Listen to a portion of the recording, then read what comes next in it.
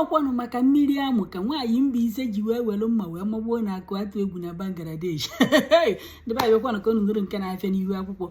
Unu echetara akụkọ ahụ m wetara unu maka ya bụ nwoke a na-akpa akụ atụ egwu, onye nke a sịrị na ọ bụ onye Anambra steeti na Adazi, onye nke eji mma wee magbuo na Bangladesh, ebe o nwere oyi nwaanyị nwa a sị na ọ bụ achawo nkoto nke ntịkọịkọ ya onu na-afụ ebe anụnwa. Onye nwa bụ nwaanyị ahụ ji mma wee magbuo akụ atụ egwu. Onye ka a na-ajụ nwaanyị ajụjụ, bekwanụ ka nkọrọ na ife nwaanyị kọrọ n'ọkwanụ maka amụ ka nwaanyị ji wee gbuo akụ atụ egwu, na nwaanyị na-azụ amụ akụ atụ egwu. Nwaanyị anụnwa chetakwara na akụ atụ egwu nwere nwaanyị na Naịjirịa. Onye nke nọ na Naịjirịa ugboro ole ka ọ kpọgoro ya na foonu si anya hapụrụ ya amụ di ya na ọ na-ala di ya, nke bụzi na onye ọzọ bịazi ka ori ife nwaanyị na-erio. Nwaanyị wee kwechiri wee sị na nwaanyị obodo bụ onye Bangladesh na ọ ya alakwa amụ akụ atụ egwu nwa na ọnya nwa akụ atụ egwu na Bangladesh. Amakwa nna sị na akụ atụ egwu unu n'elu nwaanyị agbasa nsurugede ka ọ nọ gbachago agba maka anụ ka nwaanyị na-asị o wee na-adọpụta ya n'elu nwaanyị onye obodo, o wee na-adọpụta ya na nye nwaanyị onye obodo. Ama m na onye alazila onye obodo ka onye anyị na onye obodo n'okwu ife sebere okwu nke bụzi na ọ na-akọwa na akụ ekwe atụ egwu nwa tibere ya ife ti o wee jee bute mma. A sị na ife ọ mara akụ atụ egwu ọ mapụrụ ya sepuretela manda bido cheke ebezi ka akụ atụ egwu nwa nọ. Nwaanyị a wee na-ama ya mma nwa mana bụ n'ọla jugbu ọhụụ na ike adịghị onye eji wee difendị onwe ya n'ọgụ. A sịkwa ọ sọrọ ya mana akpịrị mana ebe nwa unu ya ege ntị ka unu nụ na nke abọdụ nke onye si n'ọnụ wee pụta.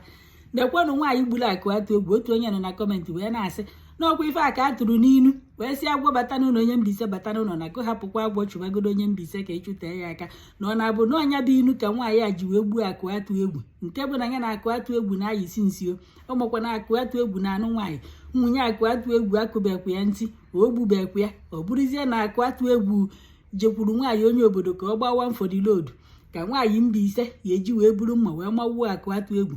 Ọ na-amawu ya nọmba 1 n'odi ya ka ọ na-amawu ya na n'oyi ya nwoke ka ọ na-amagbu ya na gịnị mere mbụ nwaanyị Mbaise ọ na-aza amụ akụ atụ egwu.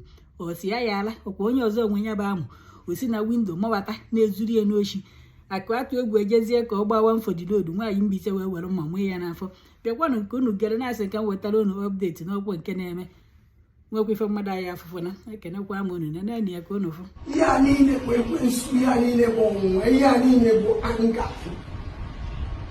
Nsị gị na m erikere ihe niile a mere for the past so many days.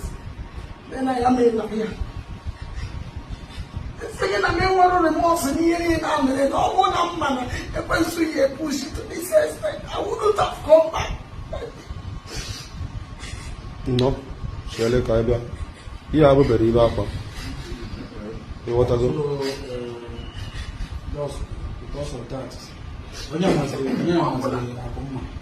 No, because one guy on before every fruits. Man, when I do only tell them about people. Ọ maka ọnya ibe na-akọwa na nwaanyị obodo na-ese n'olu. Mba ya nwa bịa tiwe ọnụ m ihe oge na-anapụzi ya nwaanyị obodo n'aka ya nwa bidozi tibezi akpụ anya ndị na-abụ ọbara date ọkpọkọ nsogbu n'anya. Ihe a niile bụ ihe kọsụrụ ihe ọ bụla.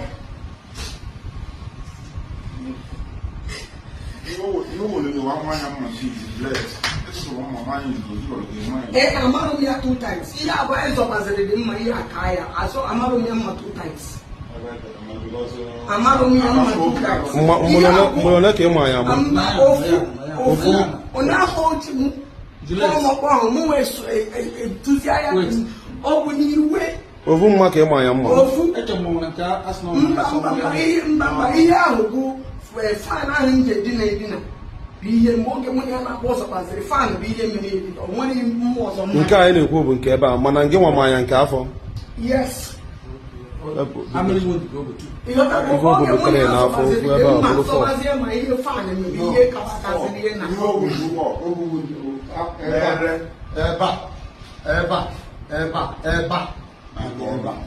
Na afọ ka o bu na etere na afọ ofu n'obi.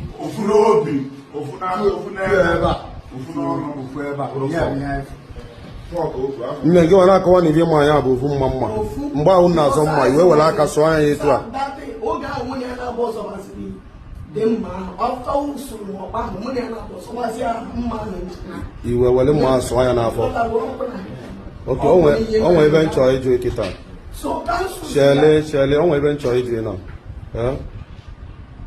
Etu anyị nọ kịta na ebe anyị na-akọwa ngwo kịta ka ebi ya na.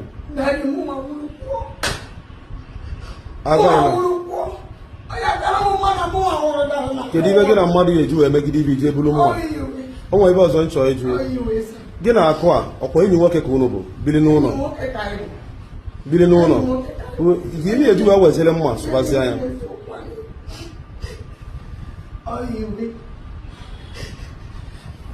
You accumulated anger, frustration. He has frustrated me for more than 5 months.